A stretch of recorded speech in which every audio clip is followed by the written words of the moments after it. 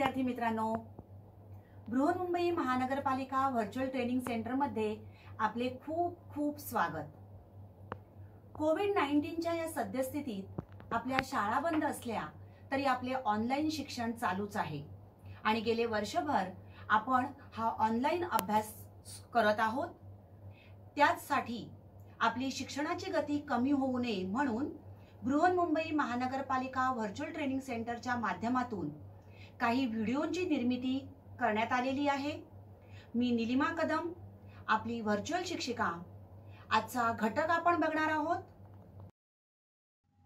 इयत्ता 10वी विज्ञान आणि तंत्रज्ञान भाग 2 प्राण्यांचे वर्गीकरण, क्लासिफिकेशन ऑफ एनिमल्स। मागील भागामध्ये आपण प्राण्यांचे वर्गीकरण कसे केले जाते हे बघितलेले आहे। प्राण्यांचे वर्गीकरण प्रामुख्याने 2 गटात केले जाते, असमपृष्ठरज्जू प्राणी व समपृष्ठरज्जू प्राणी। असमपृष्ठरज्जू प्राणी हे त्यांचं वर्गीकरण पुन्हा 10 गटामध्ये केलं जातं, 10 प्राणी संघामध्ये केलं जातं। या 10 प्राणी संघांची वैशिष्ट्य कोणकोणती आहेत, या संघामध्ये येणारे प्राणी कोणकोणते आहेत याबाबत आपण माहिती मागील भागामध्ये घेतलेली आहे। त्यानंतर समपृष्ठरज्जू प्राणी संघ, या प्राणी संघाची वैशिष्ट्य कोणकोणती आहेत हेही आपण बघितलेलं आहे। यामध्ये प्रामुख्याने 3 उपसंघ पडतात, युरोकॉर्डेटा, सेफेलोकॉर्डेटा आणि व्हर्टिब्रेटा। हे 3 उपसंघ यामध्ये पडतात। व्हर्टिब्रेटा म्हणजेच पृष्ठवंशीय प्राणी, युरोकॉर्डेटा म्हणजेच पुच्छ समपृष्ठरज्जू प्राणी, सेफेलोकॉर्डेटा म्हणजेच शीर्ष समपृष्ठरज्जू प्राणी आणि व्हर्टिब्रेटा म्हणजे पृष्ठवंशीय प्राणी। पृष्ठवंशीय प्राणी संघ जो आहे तो पुन्हा 6 वर्गात विभागलेला आहे। चक्रमुखी, सायक्लोस्टोमॅटा, मत्स्य पायसेस, उभयचर एम्फिबिया, सरीसृप रेप्टिलिया, पक्षी एव्ज आणि सस्तन म्हणजेच मॅमेलिया। तर आज आपण या व्हर्टिब्रेटा प्राणी संघातील प्राण्यांची वैशिष्ट्य अभ्यासणार आहोत। मागील भागामध्ये आपण युरोकॉर्डेटा, सेफेलोकॉर्डेटा या प्राण्यांची वैशिष्ट्य अभ्यासलेली आहेत। आता पृष्ठवंशीय प्राणी संघ याचं प्रमुख लक्षण म्हणजेच या प्राण्यांमध्ये पृष्ठरज्जू नाहीसा होऊन त्याच्या जागी काय आहे, हा पाठीचा कणा असतो। त्यानंतर या प्राण्यांचा मेंदू हा कवटीत संरक्षित असतो आणि त्यांचं अंतःकंकाल जे आहे ते अस्थिमय असं असतं। दिसते तुम्हाला, अस्थिमय हे कंकाल आहे। पहिला वर्ग आहे चक्रमुखी प्राणी वर्ग, सायक्लोस्टोमॅटा। या प्राण्यांची वैशिष्ट्य आपण बघूया। या प्राण्यांना जबडे विरहित असे चुशी मुख असते, जबडे विरहित असं असते।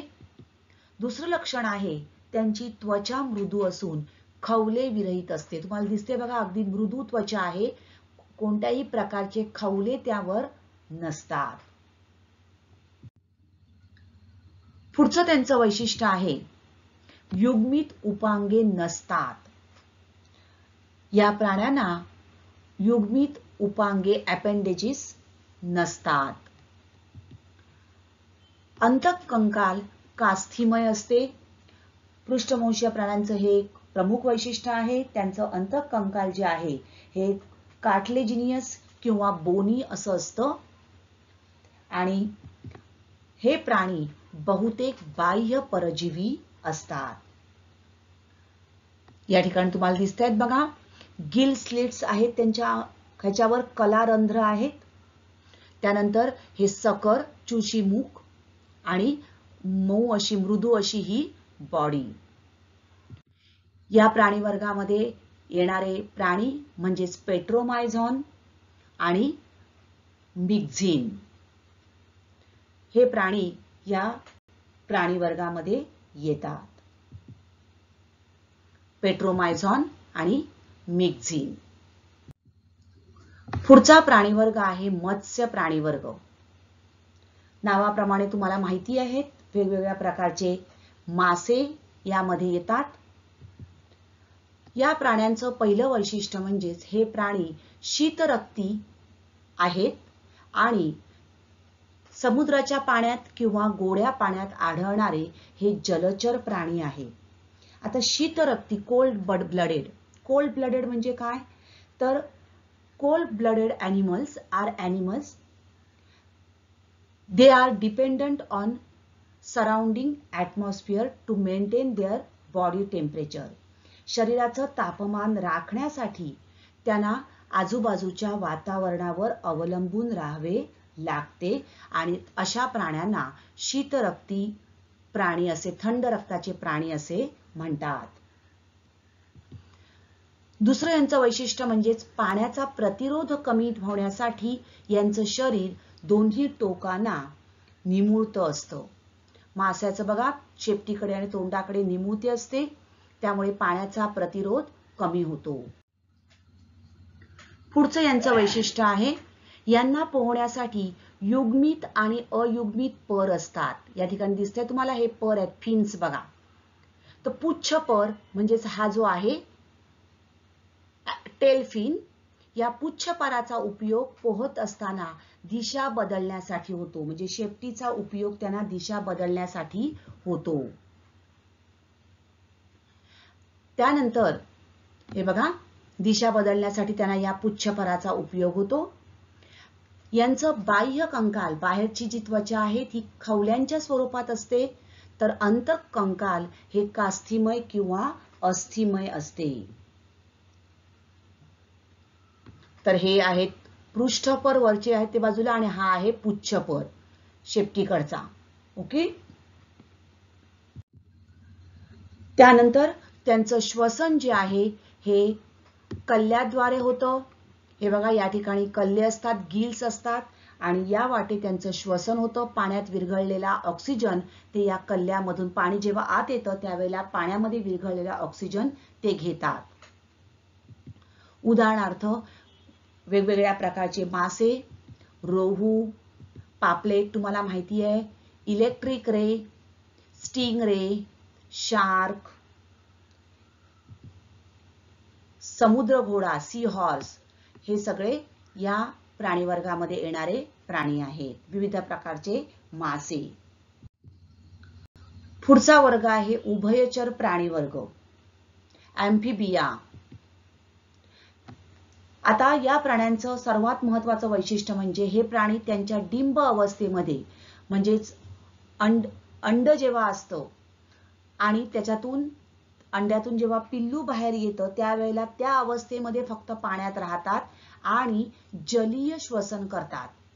तर प्रौढावस्थेमध्ये ते पाण्यात किंवा जमिनीवरही राहू शकतात आणि म्हणूनच हे प्राणी पाण्यात असताना माशासारखं जलीय श्वसन करतात आणि जमिनीवर असताना वायू श्वसन करतात आणि म्हणूनच यांना उभयचर प्राणी असे म्हणतात. हे बघा डिंब अवस्था, पाण्यात जेव्हा असतात त्यावेळेला माशासारखं म्हणजे जलीय श्वसन करतात आणि प्रौढावस्थेमध्ये जेव्हा बेडूक हा जमिनीवर आणि पाण्यात दोन्ही ठिकाणी श्वसन करू शकतो आणि म्हणूनच यांना उभयचर प्राणी असे म्हणतात. उपांगाच्या 2 जोड्या असतात आणि अंगुलींना नखे असतात. या ठिकाणी दिसते बघा 2 जोड्या आहेत आणि ही नखे आहेत.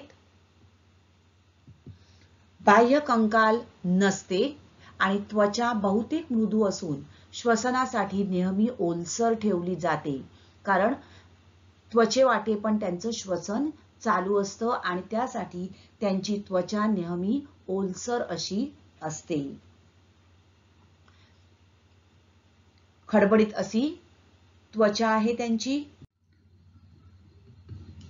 पुढचं वैशिष्ट्य आहे त्यांचं बाह्य कर्ण नसतो पण कर्णपटल असते. या ठिकाणी बघा हे दिसते तुम्हाला इयरड्रम, टिम्पॅनिक मेम्ब्रेन. बाह्य कर्ण असा नाहीये परंतु कर्णपटल या ठिकाणी असते. हे बघा या ठिकाणी दिसतंय कर्णपटल असते. मान नसते मान नाही आहे बघा, डोकं आणि शरीर एकत्र आहे, मान नसते. डोळे बटबटीत असून त्यांना पापण्या असतात, पापण्या असतात.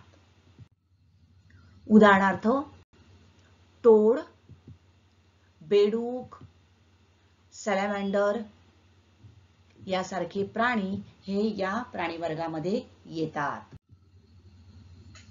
पुढचा आहे वर्ग सरीसृप प्राणी वर्ग, रेप्टिलिया. प्राणी उत्क्रांती क्रमानुसार पूर्णपणे भूचर होऊन सरपटणारे हे पहिले प्राणी होत. प्राण्यांची जशी उत्क्रांती होत गेली त्या क्रमानुसार भूचर जे प्राणी झाले त्यामध्ये सरपटणारे पहिले प्राणी म्हणजेच हे सरीसृप प्राणी वर्ग होय. हे प्राणी शीतरक्ती असतात, cold blooded animals. Cold blooded म्हणजेच काय, तर शरीराचे तापमान राखण्यासाठी वातावरणावर अवलंबून असतात. Cold blooded animals, there body temperature depends on whether it's cold or hot outside. बाहेर जसं वातावरण असेल त्यानुसार त्यांच्या शरीराचं तापमान राखलं जातं. शरीर उचलले जात नाही म्हणून ते जमिनीवर सरपटताना दिसतात. संपूर्ण शरीर त्यांचं उचललं जात नाही आणि त्यामुळे ते आपल्याला सरपटताना आढळून येतात. यांची त्वचा जी आहे ही कोरडी असून खवलेयुक्त असते. त्वचेवर सगळे खवले असतात. शीर आणि धड यांच्यामध्ये मान असते. बघा कासवाचं उदाहरण घेतलं तर हे त्याचं डोकं, शीर आणि हे शरीर धड याच्यामध्येही आपल्याला दिसते मान, नेक. शीर आणि धड यांच्यामध्ये मान असते. बाह्यकर्ण नसतो, बाह्यकर्ण नसतो. अंगुलींना नखे असतात. इथे दिसत आहेत तुम्हाला बघा, अंगुलींना नखे असतात. या वर्गामध्ये येणारे प्राणी म्हणजेच कासव, साप, सरडा, पाल, सुसर, मगर इत्यादी हे सगळे प्राणी सरीसृप या वर्गामध्ये येतात. पुढचा वर्ग आहे पक्षी वर्ग, एव्ज.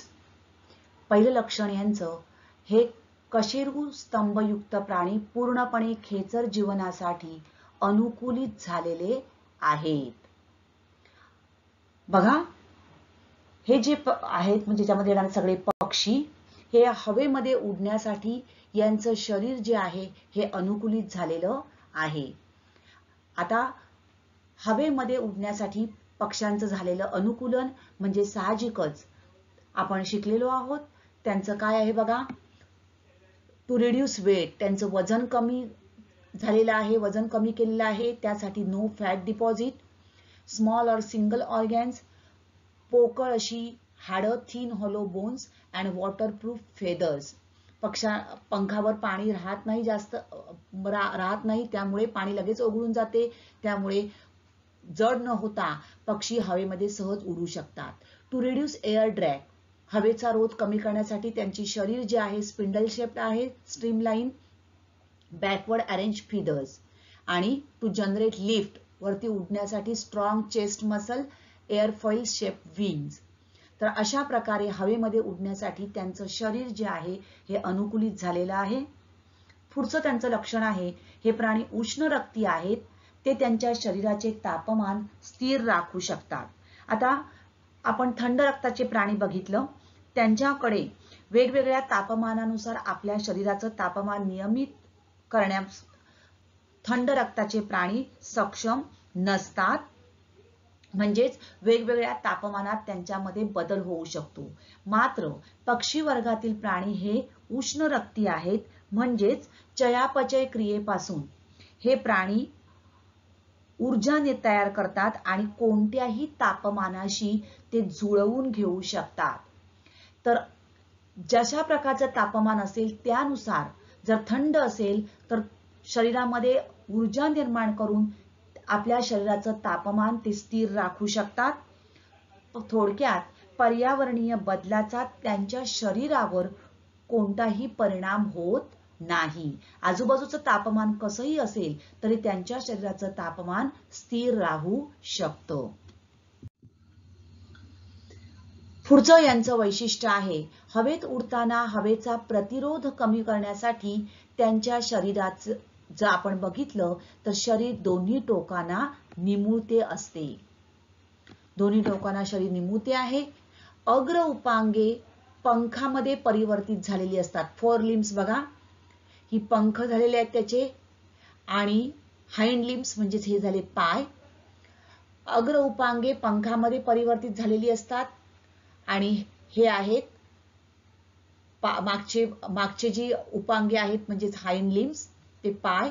या पायांना अंगुली म्हणजेच बोट आहेत आणि ती खवल्यांनी आच्छादित असून त्यांना नखे असतात. तर बोटांना त्यांच्या नखे असतात आणि याच्या सहाय्याने ते आपलं भक्ष्य सुद्धा पकडू शकतात, स्वतःचं संरक्षणही करू शकतात. पुढचं लक्षण आहे, बाह्य कंकाल पिसांच्या स्वरूपात असते. शरीरावर त्यांच्या सगळीकडे पिस आहेत. शीर आणि धड यांच्यामध्ये मान असते. हे बघा, हे डोकं आणि हे शरीर, याच्यामध्ये ही मान आहे, नेक. जबड्याचे रूपांतर चोचीत झालेले असते. चोच असते पक्ष्यांना. उदाहरणार्थ वेगवेगळ्या प्रकारचे पक्षी.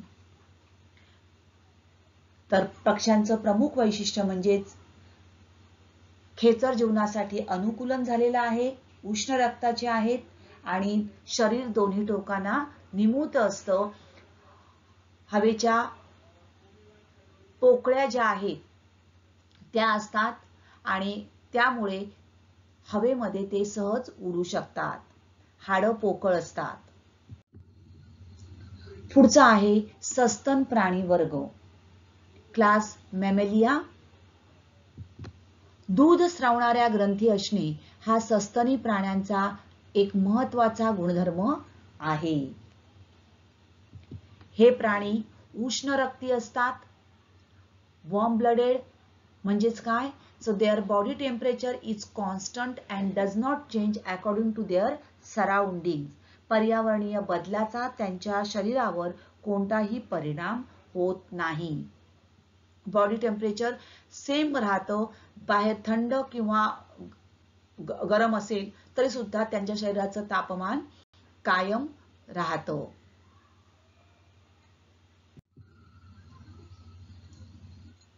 डोके, मान, धड व शेपूट हे शरीराचे भाग असतात. अंगुलींना नखे, नखर किंवा खूर असतात.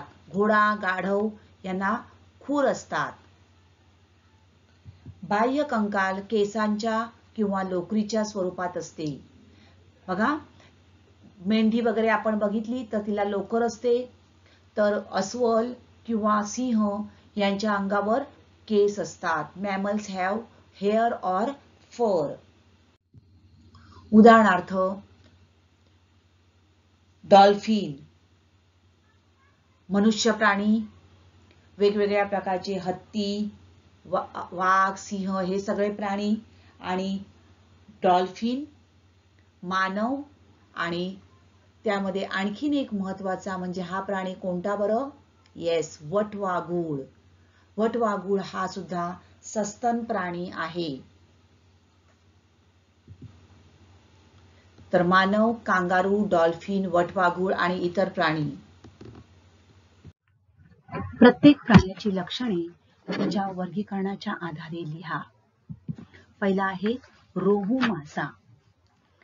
याचं वर्गीकरण आपल्याला लिहायचं आहे आणि त्याची लक्षणं लिहायची. पहिले सृष्टी, प्राणी. विभाग, समपृष्ठरज्जू प्राणी. संघ, समपृष्ठरज्जू. उपसंघ, पृष्ठवंशीय प्राणी. बघा, मासा हा उपसंघ येतो, पृष्ठवंशीय प्राणी, आणि यातील वर्ग आहे मत्स्य वर्ग.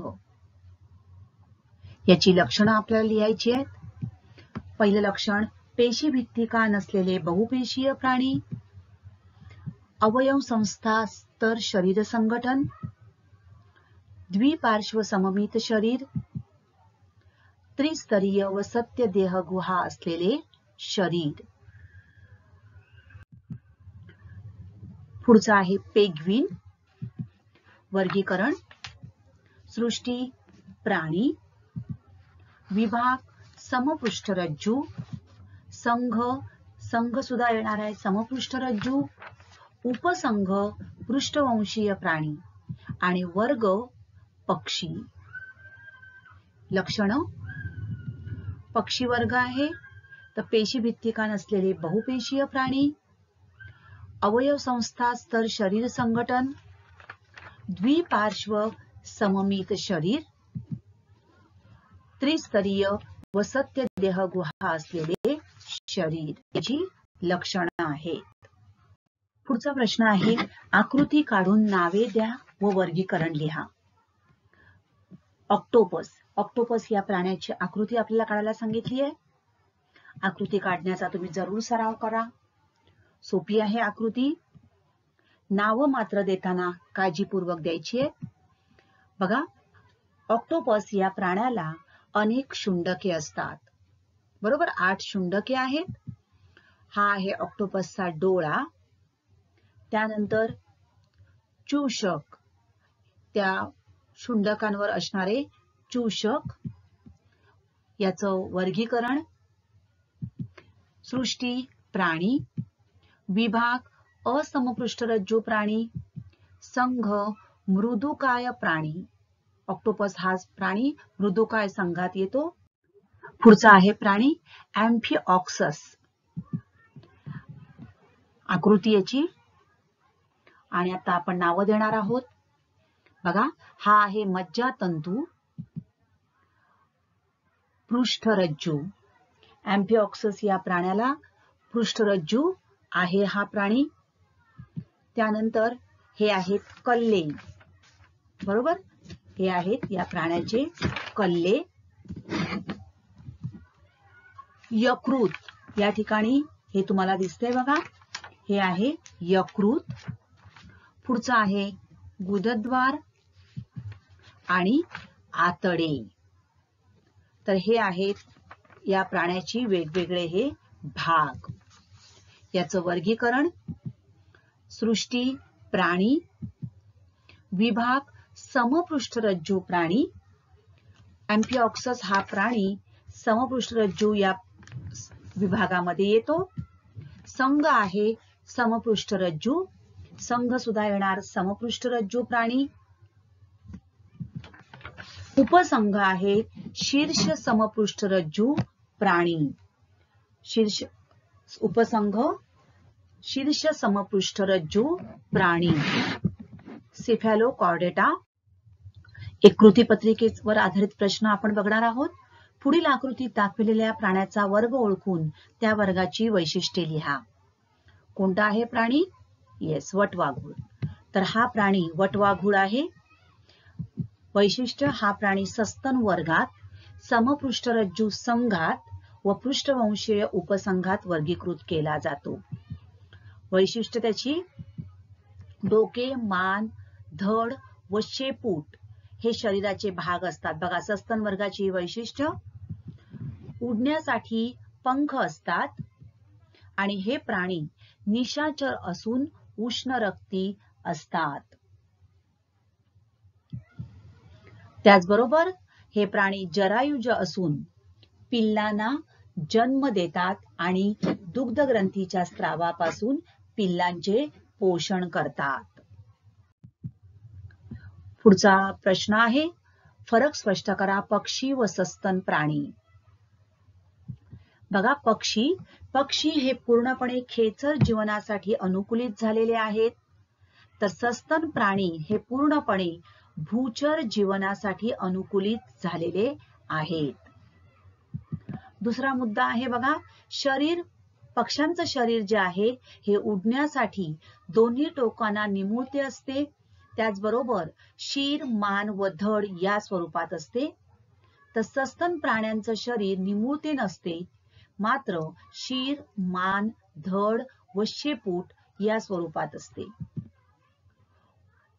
पक्ष्यांमध्ये उपांगाच्या 2 जोड्या असून अग्र उपांगे ही पंखामध्ये परिवर्तित झालेली असतात, तर सस्तन प्राण्यांमध्ये उपांगाच्या 2 जोड्या असून एक जोडी जमिनीवर चालण्यासाठी अनुकूलित झालेली असते. चौथा मुद्दा आहे, पक्ष्यांच्या अंगुली ज्या आहेत या खवल्यांनी आच्छादित असून त्यांना नखे असतात, तर सस्तन प्राण्यांच्या अंगुलींना नखे, नखर किंवा खूर इत्यादी असतात.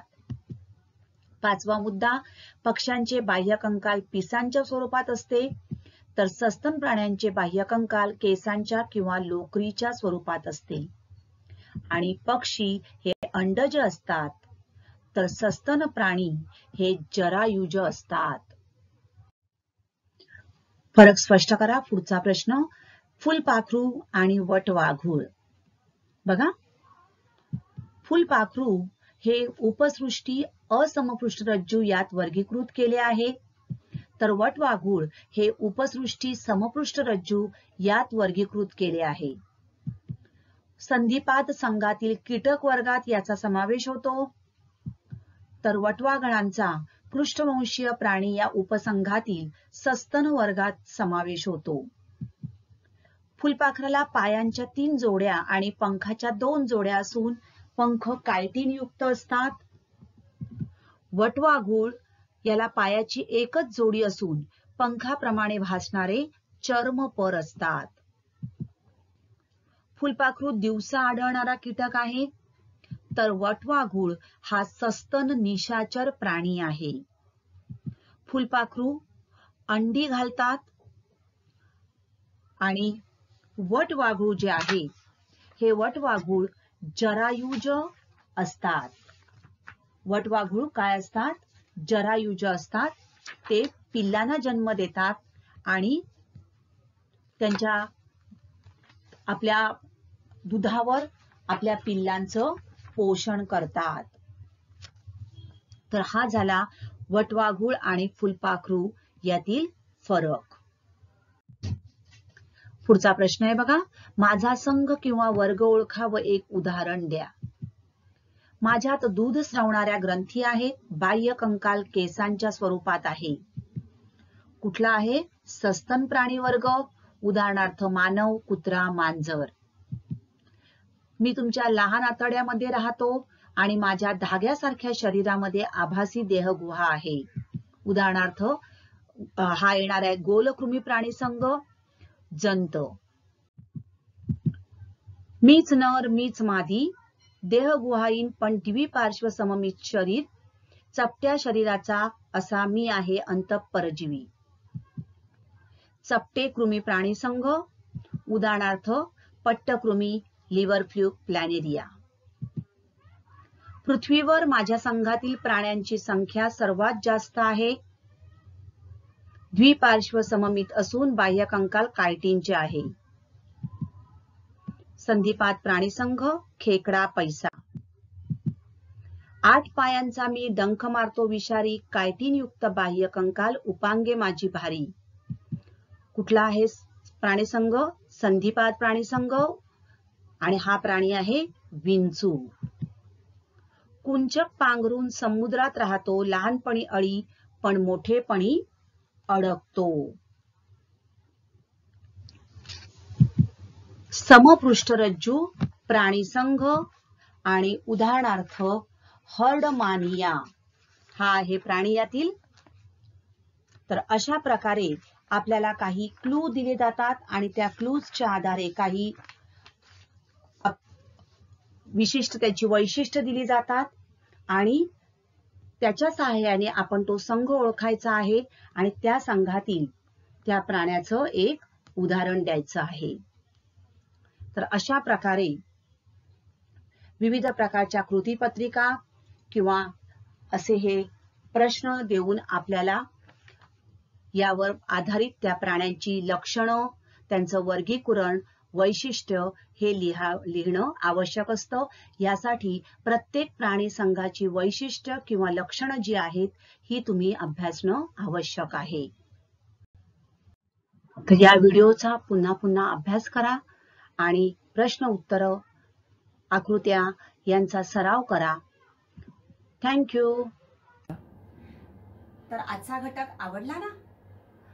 अशीच माहिती मिळवण्यासाठी या चॅनलला सबस्क्राईब करा आणि हे व्हिडिओ पुन्हा पुन्हा पहा. पुन्हा भेटणार आहोत पुढच्या भागात. थँक्यू.